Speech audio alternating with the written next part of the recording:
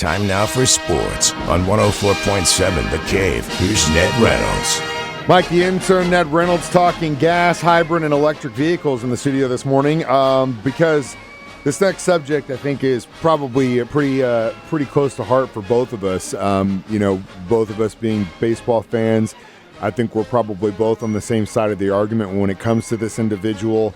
I think it was kind of in my personal opinion, travesty that it wasn't rectified before his passing, but I think that was kind of a personal thing between certain individuals. But at the end of the day, now they're thinking about reinstating Pete Rose so he gets into the Hall of Fame. So, your thoughts, let me ask you your personal thoughts. Pete Rose, should they reinstate him or not? My personal thought? Yeah. Mike, I don't think they should. Really? Interesting. I thought you would say he would. No, and he, from a baseball standpoint, yes, he deserves to be. He's the greatest player, greatest hitter in the history of the game. But nobody, I don't care who you are, nobody is bigger than the game itself, nor the profession itself. This goes with every job in the world. Yeah, I get that, and I agree. And I agree with what you're saying, especially in regards to the fact that he bet against or for his team. That's the issue. Had he just gambled, do you think? No. Still, because it said no gambling, none, zero. The late Bill Verdon, who I knew pretty well, he was absolutely adamant. And he managed Pete Rose at Montreal when Rose was winding up his career. And there's a long story to that, but when Bill found out that gambling was involved in that, he's done. I'm going to change your nickname to Ned No Second Chances Reynolds.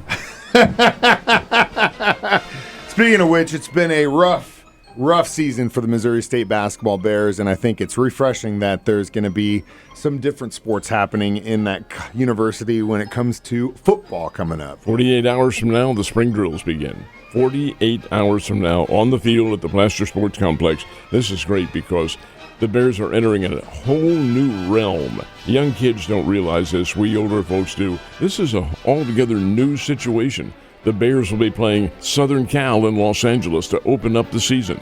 They'll be playing Marshall, the Marshall Thundering Herd from Huntington. Bears will go to Huntington, West Virginia to play them. And then Southern Methodist University, one of the top 12 teams in America, comes here to Springfield to play the third game of the year.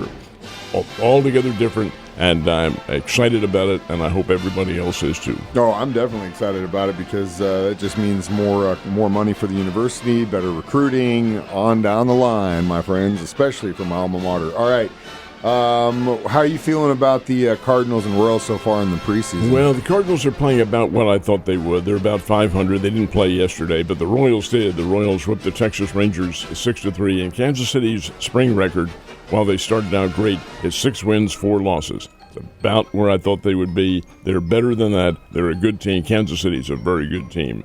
I think the Cardinals, jury is out. We'll find out. Yeah, it's like I said, I had a really interesting conversation with a buddy of mine last week when I was in Las Vegas, and he obviously a huge Chiefs fan, but his parents grew up in St. Louis, so they're diehard Cardinals fans. And we talked about the Cardinals-Royals thing, and we talked about, I made the case like I did last year where I was having a lot more fun being a Royals fan than I felt that Cardinals fans were. He made the case that he goes, at that point where everyone was so hot about the Royals mid part of the season last year, just, man, look at this team, this is great, blah, blah, blah. I went to Kauffman, it's super exciting.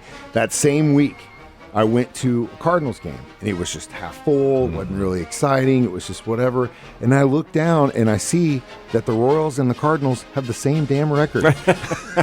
So, again, it's public perception, too, which I thought was definitely something to bring up. So, as we get closer and closer to the crazy time of college basketball, we're definitely paying attention to those rankings, who leads the top. Well, the top 3 in the men's basketball, Auburn, Duke, and Houston, and they are all very good basketball teams. I watched Houston play last night, and they had a battle on their hands with Kansas, but they did beat the Jayhawks. That's 1, 2, and 3 for the men, Auburn, Duke, and Houston. The ladies, Texas is number 1, Southern Cal second, and who's looming there in third? The Connecticut Huskies, the Lady Huskies of Gino Auriemma. They are third in America. They've already won the Big East. They're undefeated in the Big East. They'll be a load to handle at tournament time.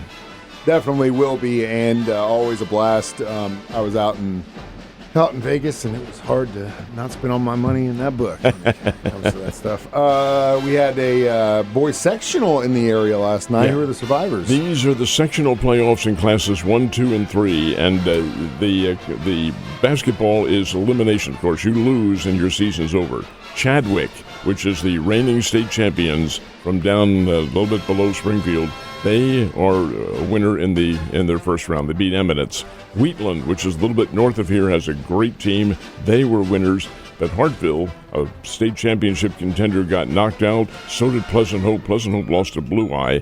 And Fair Grove fell to Thayer in an interesting game. So that was the Class 1, 2, and 3 boys. The Class 1, 2, and 3 girls in their sectional playoffs compete tonight.